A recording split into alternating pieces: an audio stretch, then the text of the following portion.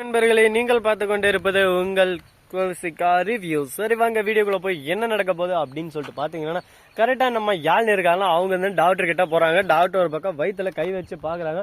என்னம்மா வயிற்றுல துணி மூட்டையை வச்சுன்னு இருக்கே அப்படின்னு சொல்லிட்டு கேட்க, உடனே நீ பிரெக்னெண்டா இருக்குன்னு வெளியெல்லாம் உட்காந்து இருக்காங்க. என்னதான் நடந்தது, உன்னை இப்பயே போய் நாங்க காட்டி கொடுக்க போறேன் அப்படின்னு சொல்லிட்டு கோவமா எழுறாங்க. உடனே நம்ம யாழ்னி காலில் விழுந்து ஒரு பக்கம் கதறாங்க. ஐயோ மேடம், என்ன மன்னிச்சு விட்டுருங்க மேடம், குடும்ப சூழ்நிலை அந்த மாதிரி, எங்க மாமனாருக்கு நான் பிரெக்னெண்டா இல்லைன்னு சொல்லிட்டு தெரிஞ்சேன்னா அடுத்த செகண்டே என்ன வீட்டை விட்டு துரத்தி அடிச்சுட்டு என் புருஷனுக்கு வேற யாரானா ஒருத்தரை கல்யாணம் பண்ணி வச்சிருவாரு. அந்த மாதிரி ஒருத்தர் எனக்கு அவரை விட்டு போறதுக்கு மனசு இல்லை.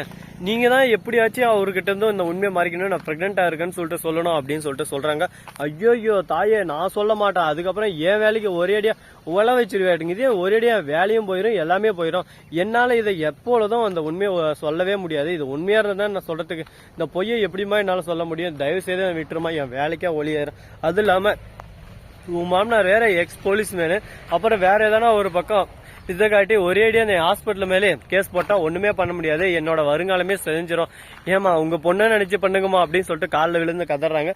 அதே சமயத்துல கரெக்டா அந்த சமயத்துல டாக்டருக்கு திடீர்னு போன் வருது. என்னடா இது, விக்ரம் போன் பண்றாரு. விக்ரம் போன் எடுத்து பேசினா உடனே விக்ரம் எல்லாத்தையும் சொல்றாரு. அங்க இருக்கிறது என் தம்பி பொண்டாட்டி தான்.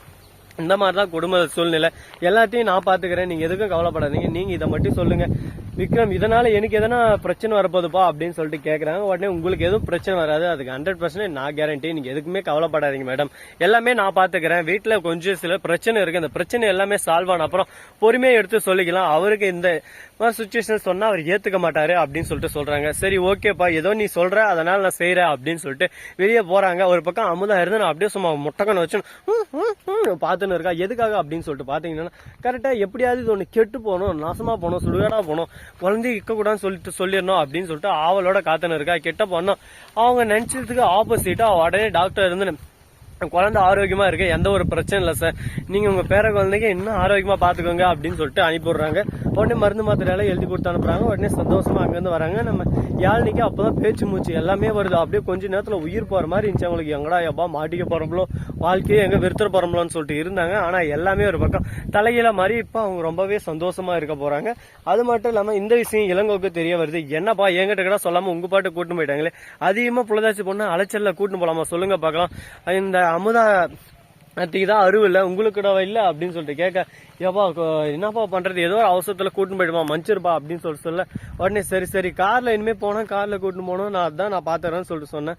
ஆட்டோல போகும்போது குக்குங்க குழுங்க அதான் சொல்லுங்கப்பா அப்படின்னு சொல்லிட்டு கேட்க, உடனே சரிப்பா சரி விடுப்பா, அப்ப நடந்து போச்சு, இனிமே ஏதோ ஒன்று பாத்துக்கலாம். என்னன்னா ஓரா பேசணுங்கன்னா, எங்க ஓரப்பா, அவன் கரெக்டா தான் பேசுறான், நாம தான் தப்பு பண்ணோம். ஆட்டோல திடீர்னு குக்கின்னு போவோம், குழந்தைக்கு என்ன ஒன்று, ஆனா என்ன பண்ண முடியும், நாம தான் கரெக்டா இருந்துக்கணும், ஏன் மேலதான் தப்பு அப்படின்னு சொல்லிட்டு ஒரு பக்கம் அவரும் சொல்றாரு.